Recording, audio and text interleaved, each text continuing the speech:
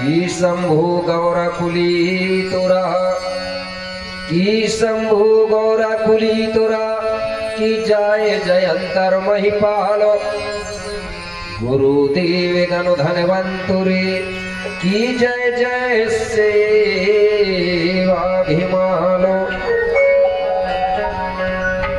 हे परम शक्ति, हे पंचतत्व प्राप्त पांच खंड धरती के राजा शंभु गौरा, धर्म गुरु पहांदी पारी कुपार लिंगो बाबा, क्रांति की देवी रायकर जम्बो माता और कालम को काटने वाली माता कलिकम काली राय, मैं आपको कोटि कोटि बंदन नमन सेवा जुहार करता हूँ। आप मुझे ऐसी शक्ति देना, ऐसा ज्ञान देना, जिससे कि मैं धरती पर रहने वाले समस्त जीव प्राणियों के लिए, समस्त सगा समाज के लिए सभी को सतमार्ग बता सकूं और सबका जीवन को सुखमय बना सकूं। ऐसा मुझे ज्ञान देना बाबा। मैं आपको कोटि कोटि बंदन सेवा जुहार करता हूँ। बोलिए शंभु गौराना। यहाँ पर बैठी हुई सगा समाजता, बहुत बहुत धन्यवाद। प्राकृतिक शक्ति प्रापित बहादुर शंभु गौरा, माँ भगवती खिलोदाई आपको सद्बुद्धि दे, सद्ज्ञान दे, सद्मार्ग दे, आपका परिवार सदा सुखी रहे, यही कामना आपके लिए करता हूँ, आगे ले चलता हूँ। धन्यवाद। मंगल भवन या मंगल हरि,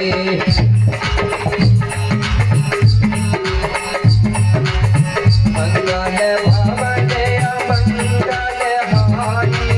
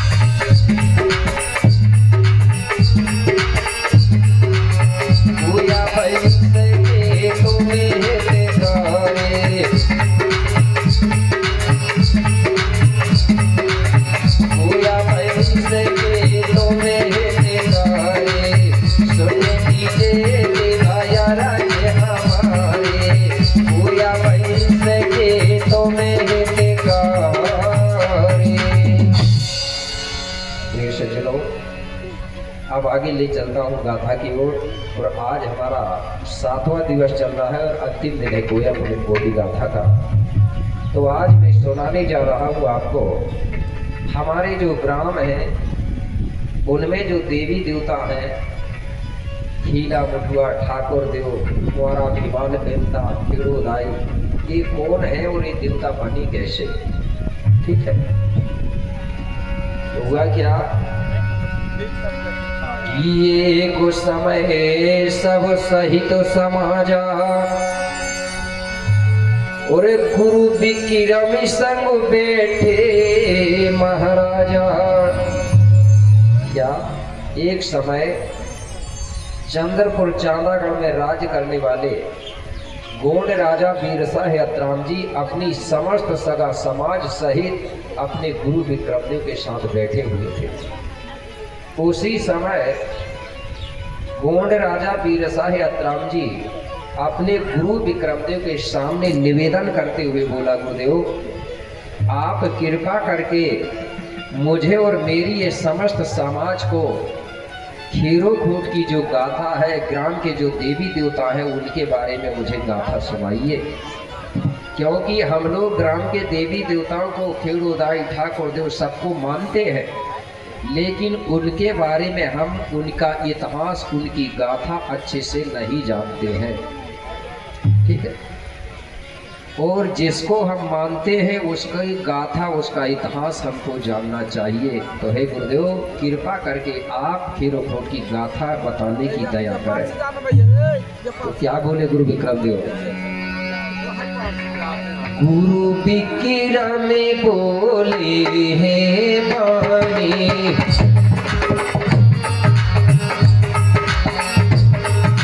गुरु विक्रम बोले हे बानी,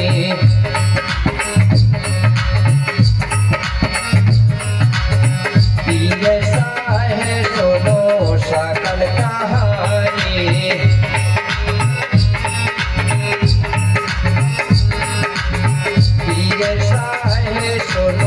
सकल कहानी, सकल कहानी।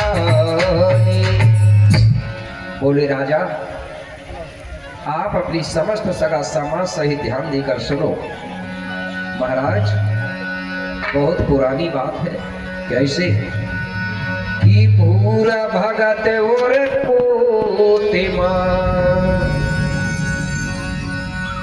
हाजी लांजी गढ़ में रहते थे, और यही विधि दोनों प्राणी आज प्रकृति के पूजक थे।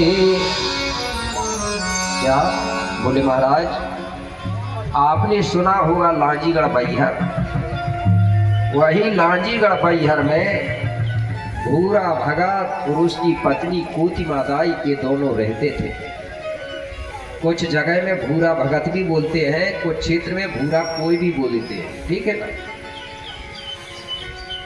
तो ये दोनों लांजीगढ़ में रहते थे। तो मेरे भाई, जो भूरा भगत है उसका जो गोत्र बताया गया है वो है मरावी। मरावी आज भी हमारी में मरावी होते हैं, हमारे फूका जी बैठे 7 देवधारी में आते हैं। लांजीगढ़ तो 7 देव वालों का नहीं है, लेकिन दूसरे लोग भी दूसरे घर में रह सकते हैं कि नहीं रह सकते? रह सकते हैं ना। तो ये भूरा भगत मडावी गोत्रधारी था, 7 देवधारी था। उसकी पत्नी थी कोतिमा दाई। तो जो कोतिमा दाई है मेरे भाई, ये सेवता उइके की लड़की थी। उइके बताया गया, सेवता नाम था राजा का, सेवता। ये कहाँ का रहने वाला था? गिरोलागढ़ का। गिरोलागढ़ कहाँ है? डोंगरगढ़ जो है, डोंगरगढ़ क्षेत्र में एक गांव आज ही बसा है जिसको सेवता टोला कहते हैं। कुछ लोगों को पता होगा कौन सा गांव है। आज वहाँ पर सेवता करके गांव है, सेवता टोला। तो ये सेवता की लड़की थी कोतिमा दाई, और कोतिमा दाई का एक भाई था जिसको लोहंडी गोडा राजा कहा जाता था। क्या? लोहंडी गोडा राजा। तो लोहंडी गोडा राजा की एक बहन थी कोतिमा दाई, जिसका विवाह हुआ था भूरा भगत के साथ। और लोहंडी गोडा राजा गुरुलागढ़ में फिर राज करता था अपने पिताजी के बाद। तो मतलब लोहंडी राजा, कोतिमा का जो भाई है वो गुरुलागढ़ का राजा था। जब कोतिमा दाई का विवाह भूरा भगत के साथ हुआ तो भूरा भगत और कोतिमा दाई दोनों लांजीगढ़ में रहते थे और प्रकृति की सेवा करते थे। प्रकृति की कृपा से भूरा भगत कोतिमा दाई के पास सब कुछ भरपूर था। चोर चंडाल नहीं थे, सब लोग अपना जीवन बड़े आनंद और खुशियों के साथ बिता रहे थे। उस समय मेरे भाई, मैंने बताया था, उस समय हमारे पास कोई मनोरंजन का कोई साधन नहीं था। ना मोबाइल था, ना रेडियो था, ना टीवी थी। इसलिए सिर्फ हमारे गोडियन लोगों का मनोरंजन का साधन एक ही था, गीत गाना और नाचना। इसके अलावा कोई मनोरंजन का साधन नहीं था। या फिर हमारे राजा महाराजाओं की किस्सा कहानी बताना, या जानवरों की किस्सा कहानी बताते थे। उस समय मेरे भाई, आपको बुरा ना लगे, एक गोंडवाना देश में, भारत देश में 4 वेद 18 5 6 7 9 ग्रंथ नहीं थे, कोई नहीं जानता था। तो हमारे लोग किसकी कहानी बताते? राजाओं की कहानी बताते थे और उन्हीं के गीत गाते थे। अब कैसे गाते रहे होंगे, 1-2 लाइन में बताना पड़ता है मुझे कि छोड़ दूंगी बता दूं। पहले जब शादी ब्याह होती थी तो महिलाओं को देखे होंगे लकड़ी के ऐसे बजाने के चिटकुला होते थे, देखे हैं? ऐसा बजाती थी और घूम घूम के नाचती थी। उस समय इसी प्रकार के गीत गाए जाते थे। मैं धुन बता रहा हूँ कि कैसे धुन में गाया जाता था। हमारे जो गोंडी गीत है ये कई गीत नहीं है, कई प्रकार की धुनें हैं और हमारे गीतों को ही दूसरे लोगों ने चुराया है। अब लोग कहते हैं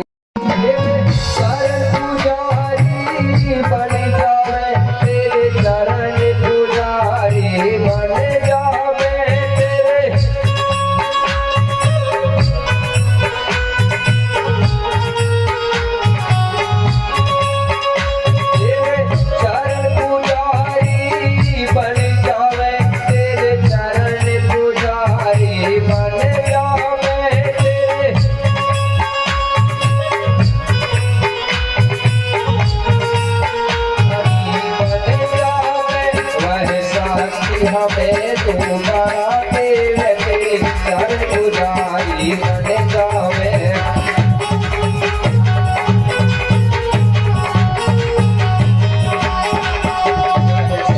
हमें तुम्हारा देव तेरे चरण पुजारी बन जावे।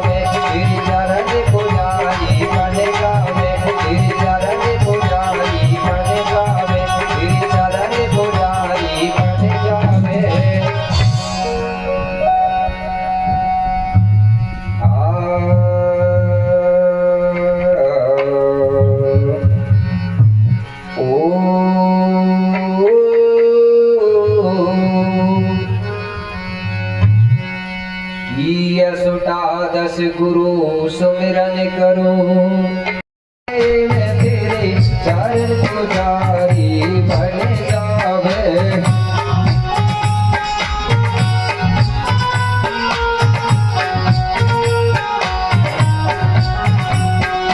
तेरे चरण पुजारी बन जावे, तेरे चरण पुजारी बन जावे।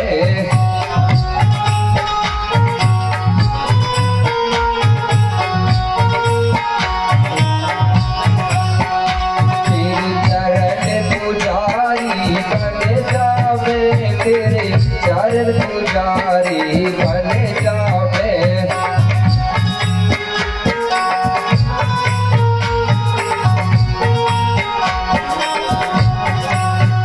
वह साथी हमें तू बड़ा देव तेरे चरण पुजारी